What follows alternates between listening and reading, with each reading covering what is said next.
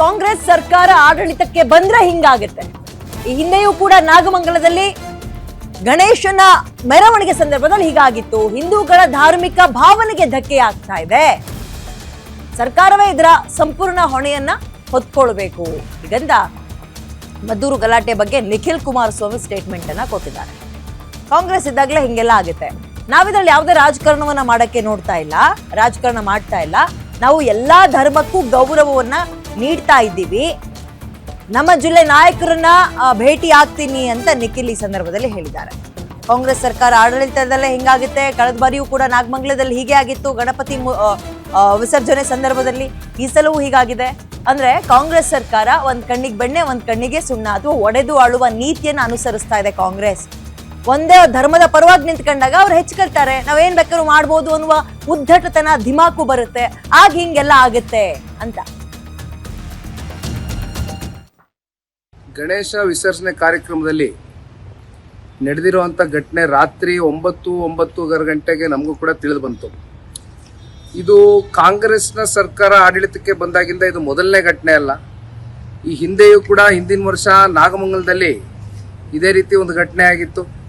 ಮತ್ತು ಕೆರಗೋಡ್ನಲ್ಲಿ, ಮಂಡ್ಯ ತಾಲೂಕಿನ ಕೆರಗೋಡ್ನಲ್ಲಿ ಏನೊಂದು ಧ್ವಜಾರೋಹಣದ ಒಂದು ಇನ್ಸಿಡೆಂಟ್ ಆಗಿತ್ತು.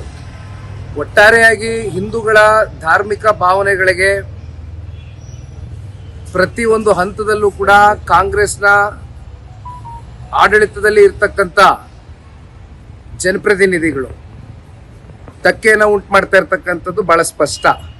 ಆದರೆ ಇಲ್ಲಿ ನಾನು ಒಂದು ಹೇಳ್ತಕ್ಕಂಥದ್ದು, ನೇರವಾಗಿ ಸರ್ಕಾರ ಇದರ ಹೊಣೆಗಾರಿಕೆಯನ್ನ ಅವರ ಹೆಗಲ ಮೇಲೆ ತಗೊಳ್ಬೇಕಾಗ್ತದೆ. ಇಲ್ಲಿ ಪೊಲೀಸರ ಮೇಲೆ ನಾನು ದೂರ್ಲಿಕ್ಕೆ ಹೋಗೋದಿಲ್ಲ. ಯಾಕೆಂದ್ರೆ ನಮ್ಮ ಕರ್ನಾಟಕ ರಾಜ್ಯದ ಪೊಲೀಸರಾಗ್ಲಿ, ನಮ್ಮ ಜಿಲ್ಲೆಯ ಪೊಲೀಸರಾಗ್ಲಿ ಅವನೇನು ಅಸಮರ್ಥರೇನಲ್ಲ. ಆದರೆ ಅವ್ರಿಗೆ ಅವರ ಕೆಲಸದಲ್ಲೇ ಒಂದು ಸ್ವಾತಂತ್ರ್ಯವನ್ನು ಕಳ್ಕೊಂಡಿದ್ದಾರೆ ಇವತ್ತು. ಯಾಕೆಂದ್ರೆ ಸರ್ಕಾರದಲ್ಲಿ ಇರ್ತಕ್ಕಂಥವ್ರು ಒಂದು ಗುಪ್ತಚರಿ ಇಲಾಖೆ, ಅವ್ರಿಗೆ ಒಂದು ಮಾಹಿತಿ ಅಂತೂ ಖಂಡಿತವಾಗ್ಲು. ಯಾಕೆಂದ್ರೆ ಮಸೀದಿ ಮುಂದೆ ಆಗಿರುವಂತ ಇನ್ಸಿಡೆಂಟ್ ಇದು. ಮಸೀದಿ ಮುಂದೆ ಈ ರೀತಿ ಗಣೇಶ ವಿಸರ್ಜನೆ ಕಾರ್ಯಕ್ರಮದಲ್ಲಿ ಪೂರ್ವ ನಿಯೋಜಿತವಾಗಿ ಒಂದಷ್ಟು ಕಲ್ಲುಗಳು ಮತ್ತೊಂದು ಇನ್ನೊಂದು ಇಟ್ಕೊಂಡು ಒಂದಷ್ಟು ಕಿಡಿಗೇಡಿಗಳ ವರ್ತನೆ ಇವತ್ತು ಎರಡೂ ಧರ್ಮದ ಮಧ್ಯೆ ಪರಸ್ಪರ ಒಂದು ರೀತಿ ಸಂಘರ್ಷ ಉಂಟು ಮಾಡಿರ್ತಕ್ಕಂಥದ್ದು ಸತ್ಯ. ಇದಕ್ಕೆ ನೇರ ಹೊಣೆ, ನೇರ ಕಾರಣ ಸರ್ಕಾರದ ವೈಫಲ್ಯತೆ, ಗುಪ್ತಚರ ಇಲಾಖೆಯ ವೈಫಲ್ಯತೆ. ನಾನು ಪೊಲೀಸರ ಬಗ್ಗೆ ಲಘುವಾಗಿ ಮಾತನಾಡೋದಕ್ಕೆ ಹೋಗೋದಿಲ್ಲ. ಏಕೆಂದ್ರೆ ಪೊಲೀಸರು ಕಳೆದ 2 ವರ್ಷದಿಂದ ಕೈ ಕಟ್ಟಕ್ಕೆ ಆದಂಗೆ ಆಗೋಗಿದೆ ಅವ್ರಿಗೆ ಕೆಲವೊಂದಷ್ಟು ವಿಚಾರಗಳಲ್ಲಿ. ಪೊಲೀಸರಿಗೆ ಒಂದು ರೀತಿ ನೈತಿಕ ಆತ್ಮಸ್ಥೈರ್ಯವನ್ನು ಕಳೆದುಕೊಂಡಿದ್ದಾರೆ ಇವತ್ತು ಪೊಲೀಸರು.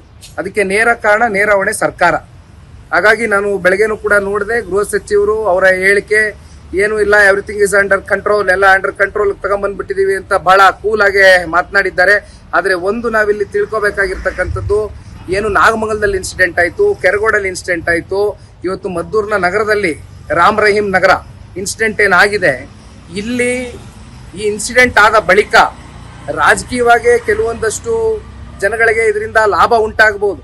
ಆದರೆ ಅಲ್ಲಿ ಈ ಜನರ ಒಂದು ಪ್ರತಿನಿತ್ಯದ ಒಂದು ವಹಿವಾಟುಗಳೇನಿದೆ, ವ್ಯಾಪಾರೀಕರಣ ಏನಿದೆ, ಜೊತೆಯಲ್ಲಿ ಅಲ್ಲಿರ್ತಕ್ಕಂಥ ನಾಗರಿಕರು ಅವ್ರ ಮೇಲೆ ಮುಂದಿನ ದಿನಗಳಲ್ಲಿ ಆಗ್ತಕ್ಕಂಥ ಪರಿಣಾಮ. ಯಾಕೆಂದ್ರೆ ಇದೇ ರೀತಿ ನಾಗಮಂಗಲದಲ್ಲಿ ಇನ್ಸಿಡೆಂಟ್ ಆದಾಗ ಬಹಳ ಜನ ಊರು ಬಿಟ್ಟು ಹೋದ್ರು, ಕೆರಗೋಡ್ನಲ್ಲಿ ಇನ್ಸಿಡೆಂಟ್ ಆದಾಗ ಬಹಳ ಜನ ಊರು ಬಿಟ್ಟು ಹೋದ್ರು. ಎಷ್ಟೋ ಜನ ಅಮಾಯಕರ ಮೇಲೆ ಸುಮ್ಮನೆ FIR ದರ್ಜೆ ಆಯಿತು.